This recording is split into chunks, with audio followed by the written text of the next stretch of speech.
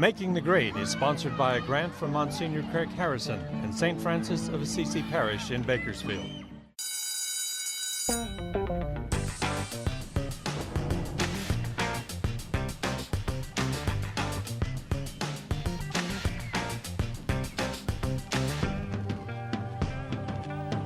Hello everyone, and welcome to Making the Grade, a brand new and very exciting program from KNXT and the Diocese of Fresno. We're here to focus on the good news about Catholic education here in our diocese and beyond.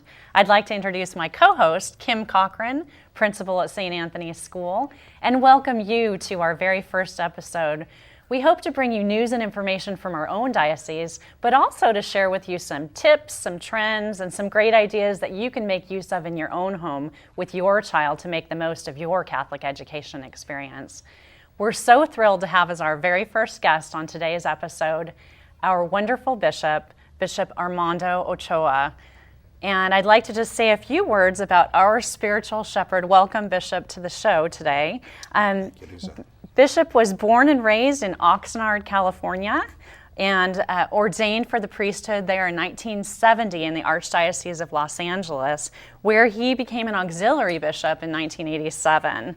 In 1996, he received the call to become spiritual shepherd and bishop of the Diocese of El Paso in Texas.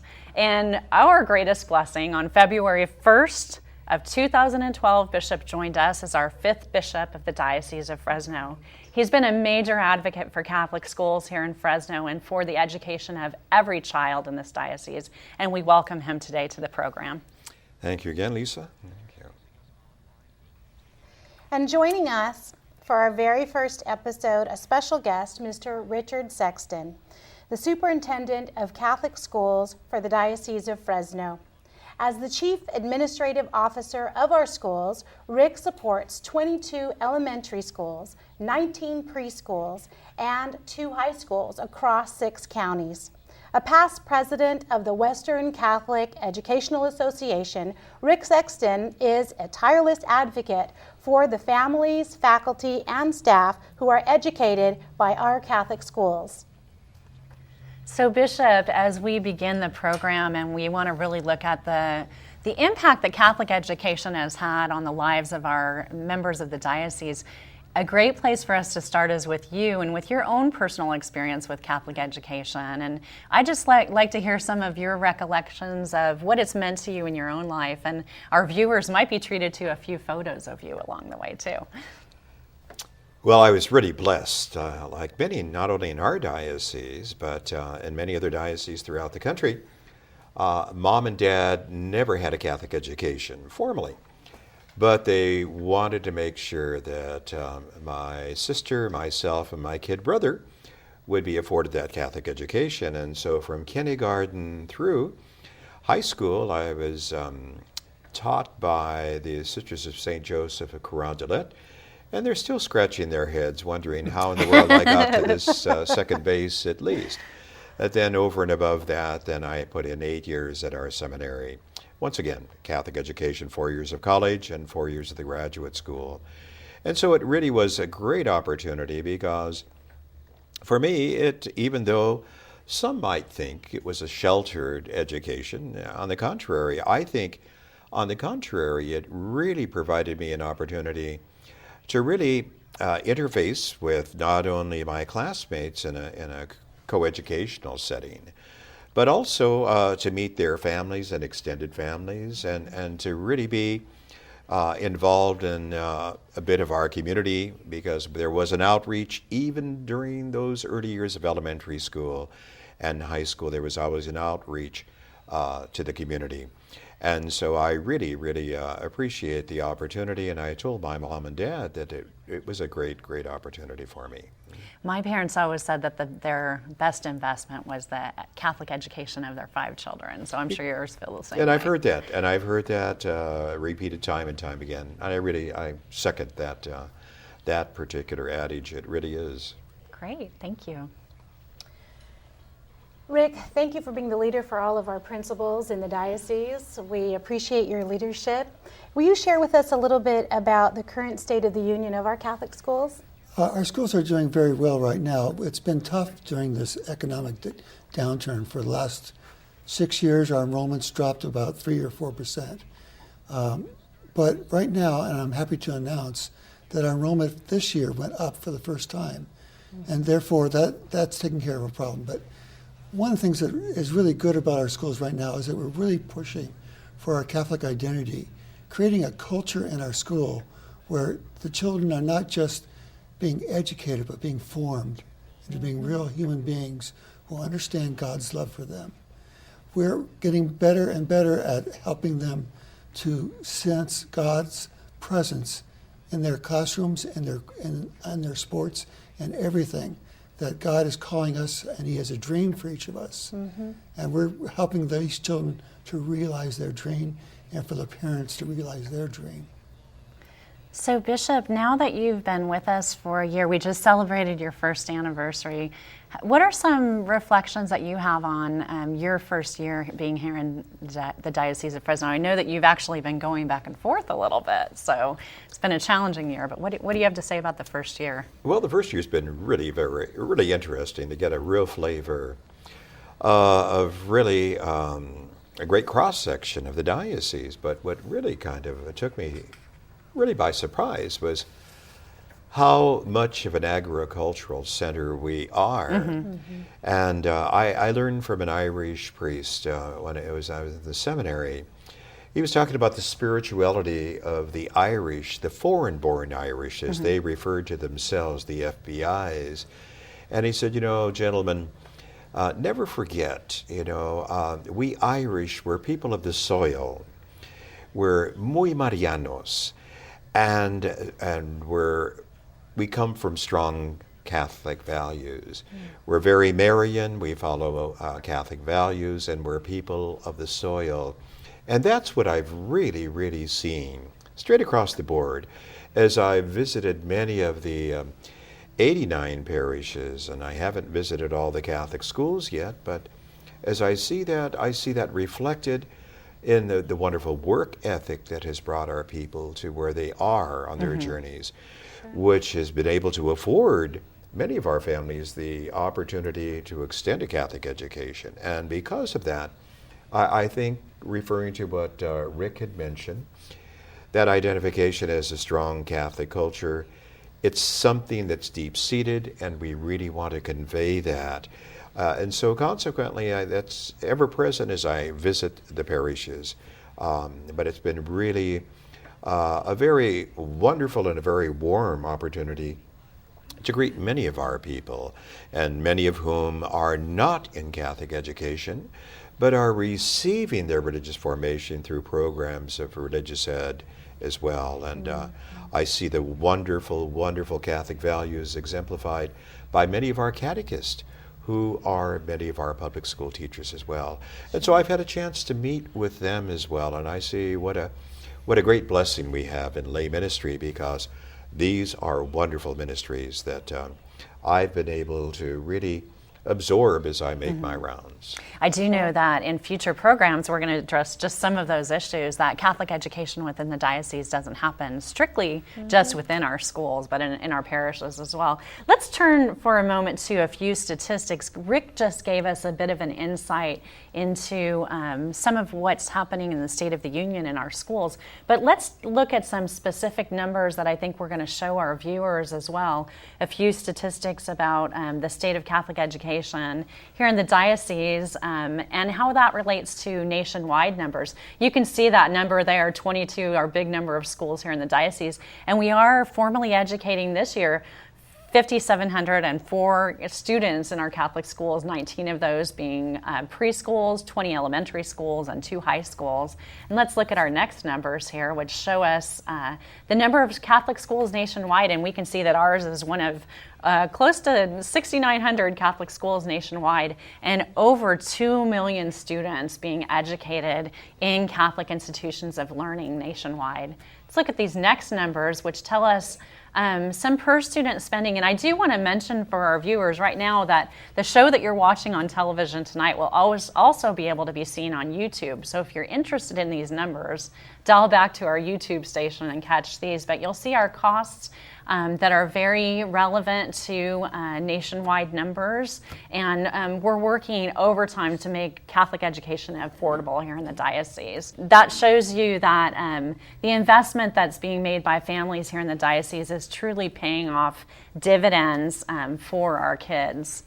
And we're going to move into a break soon, but I want to just turn back to Rick for just a few seconds before we do that, to ask you once again about this kind of how we compare in those numbers to the nationwide numbers and what that means for the diocese. I've been tracking the enrollment nationwide and our diocese, and we're right in the middle of the group.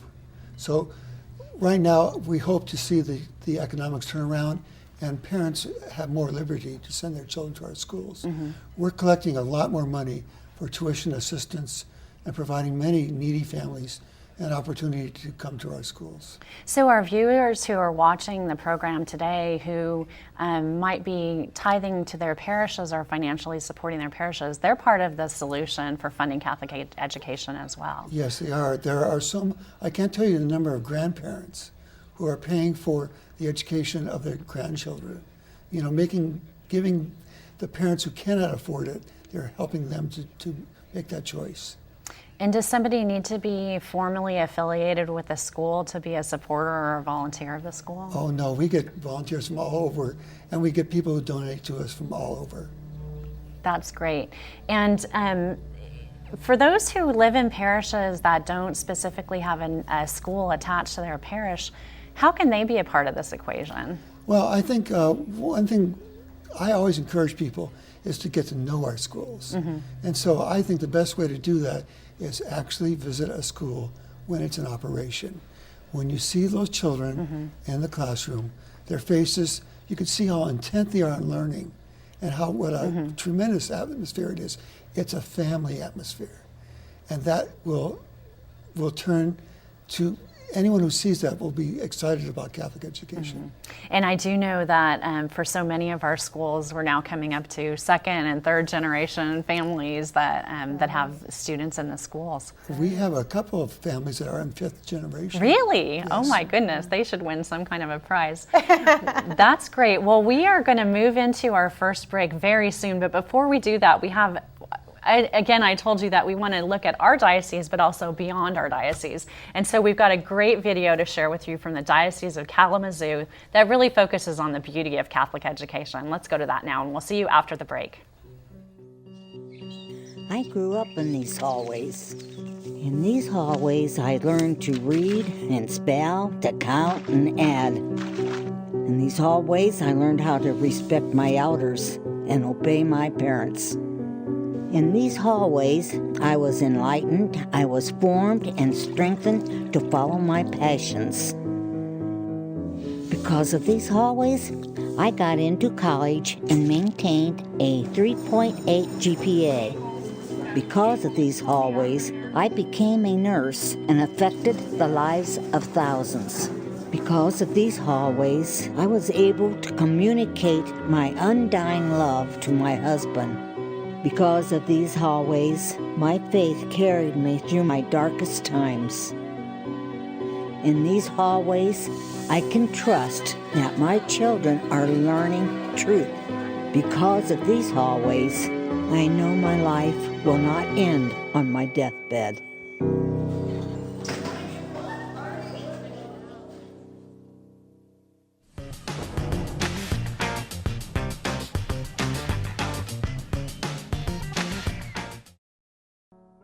KNXT-TV is proud to say thank you to all its viewers who have given their support for over 25 years. And only through your support is KNXT able to provide spiritual and informative programming.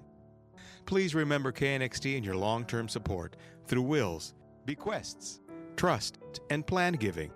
Your gift is important to the future of Catholic television. Help preserve the strength of KNXT's message based on the teachings of Christ. Keep KNXT in your future plans.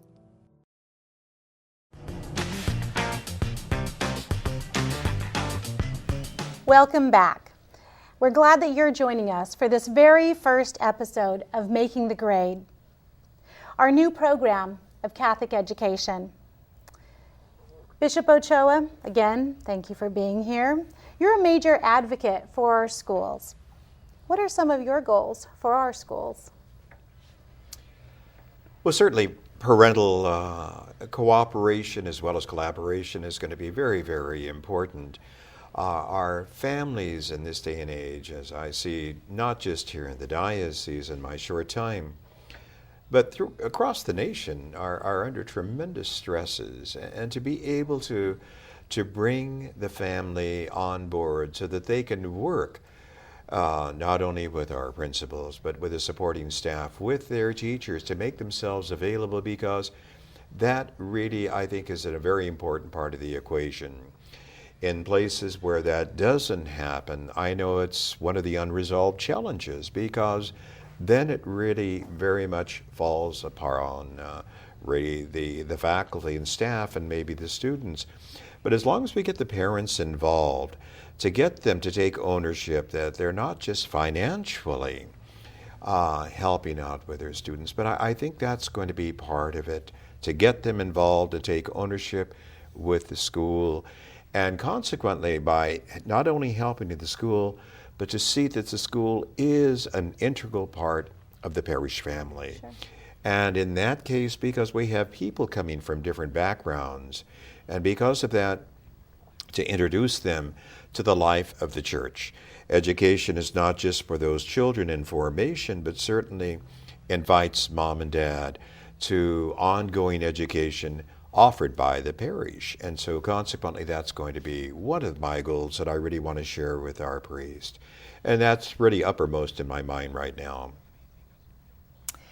Well, Bishop, thank you for that thoughtful question and answer. And we want to share a very thoughtful piece with our viewers now. This is a special video that was created actually by a young man who shares in it his own gift of Catholic education and what it's meant to him over the years. So grab your tissue and enjoy Matt Weber in this special video from Boston Catholic TV. Thank you for sending me to Catholic schools. This humble bookmark was made 18 years ago by this little guy. It was an assignment of mine in the 3rd grade, and we were told to give it to our parents as a present and to thank them. As an 8-year-old at the dinner table, I spoke those words. Now, nearly 20 years later, Mom and Dad allow me to truly mean them. Holy Cross Grammar School was not close to our house. It was not free, nor was Cathedral High School. But other schools did not have the gift of the Sisters of St. Joseph. They did not have rosaries for peace, liturgical dance, school-wide prayers for dying parents, passion plays and Christmas stories, really good grilled cheeses on Fridays in February. My first 12 years of schooling were warmed in the glorious glow of God's grace. Catholic schools that recognize the importance of spiritual growth in tandem with intellectual rigor and moral reasoning. It only continued as I attended Providence College and then Boston College for my master's degree and business certificate.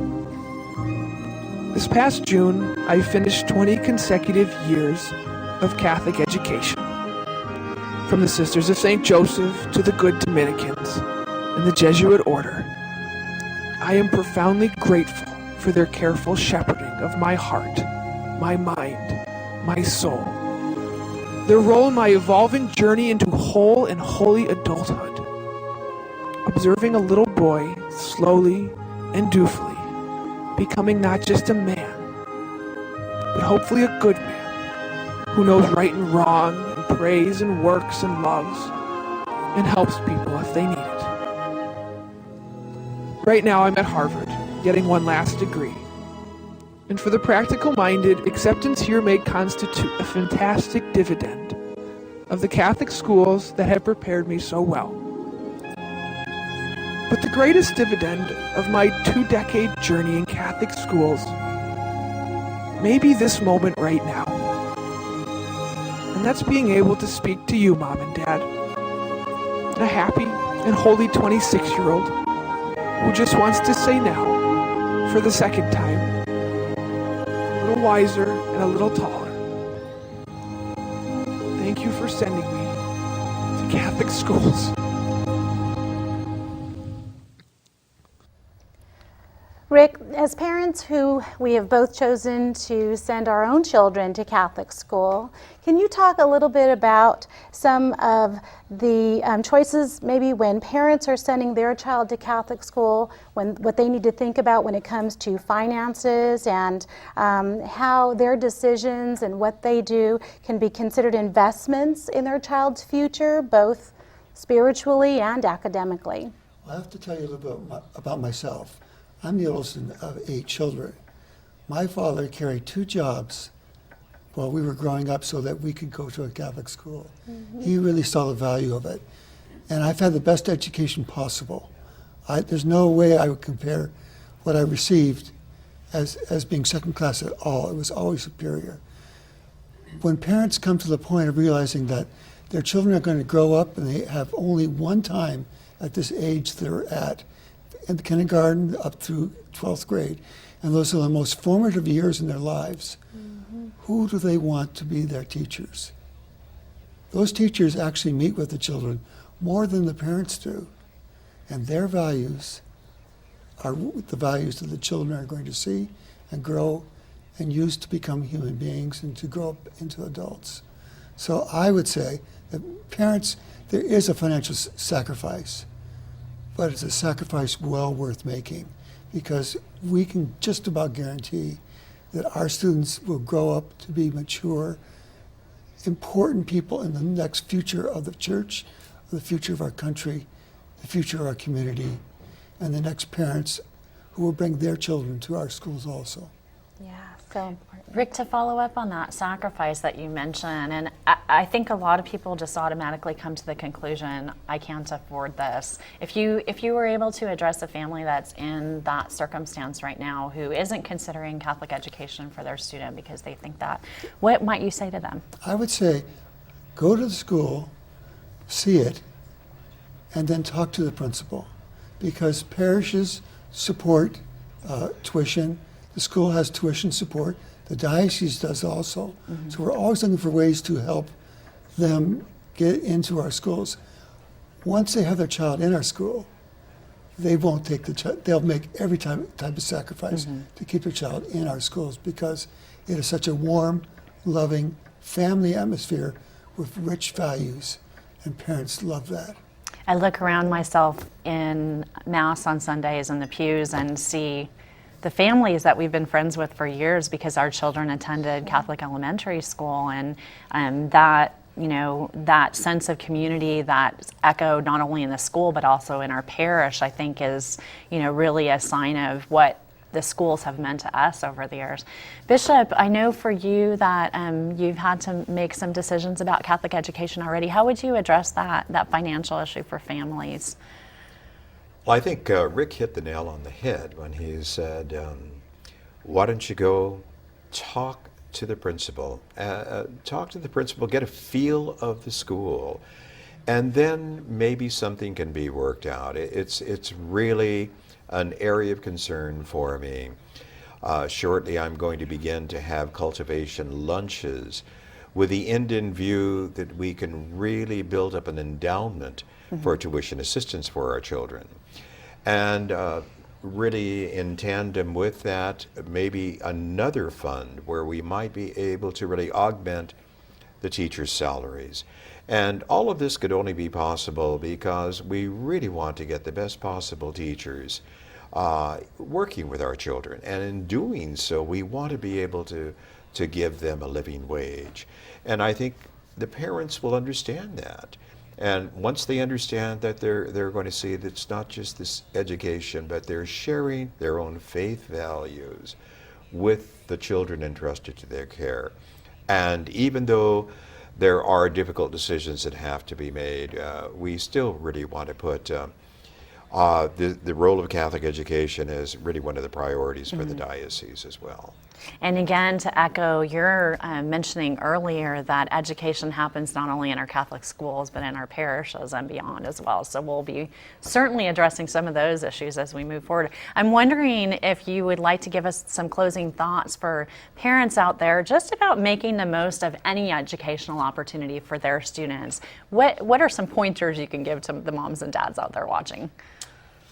Well, certainly there's nothing like we need to really underscore, even though in the case of my mother and my father, who never had a Catholic education, they saw that coming to this country as immigrants, that they really saw that the future was going to be for their children an opportunity not only to educate themselves, but certainly to do so that they might enhance the family situation. So I would say, possibly because you didn't come from a Catholic school background doesn't necessarily mean that it's going to be impossible for the next generations. And secondly, I would say let's do everything we can to look for creative ways to really, whether it be within parishes that do not have a Catholic school right on ground, that maybe to look for creative ways where they might be able to enlist the energy and the talents of some of those families, maybe to help a neighboring school that might necessarily need maybe the professional talents that other parishes might be able to offer them by the participation of their parishioners. So I would say there's always something to be done, and there's always a room for volunteerism in the church. So you heard it. You heard our bishop telling each of us that we're all part of this project. And again, part of our goal here with Making the Grade is to encourage you and your family to really make the most of this gift of education. And we're so blessed that one of the ideas that we came up with was to have one of our students end us in prayer during each episode. And so today we share a little clip of one of our students leading us in prayer, and I invite you to pray for the intentions of your family and for all of those in the Diocese of Fresno as we view this closing prayer. Jesus, Good Shepherd, teach us through your Spirit to walk your way of light, to live your way of truth, and in all things to act with love and compassion. Help us to come to the Father by knowing you, loving you, and serving you and each other. May our schools be places of wonder. Learning and peace were the lessons of today. Prepare us for the challenges of tomorrow. May your Mother Mary guide our footsteps as she guided yours. This prayer we make in faith. Amen.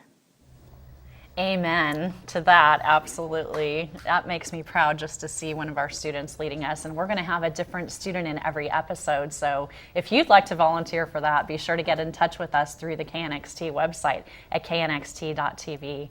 And we do invite you to view this episode not only tonight, but into the future as well. You can watch all of our programming for KNXT over at our YouTube station, which is packed with great viewing and entertainment for you and your family. Just head over to YouTube and do a search for KNXT.TV, and you'll find all of our programming there. Again, thank you to today's special guest for our very first episode of Making the Grade, Bishop Ochoa and Rick Sexton of the Office of Catholic Education. I'm Lisa Hendey. And I'm Kim Cochran. And we'll see you next time on Making the Grade.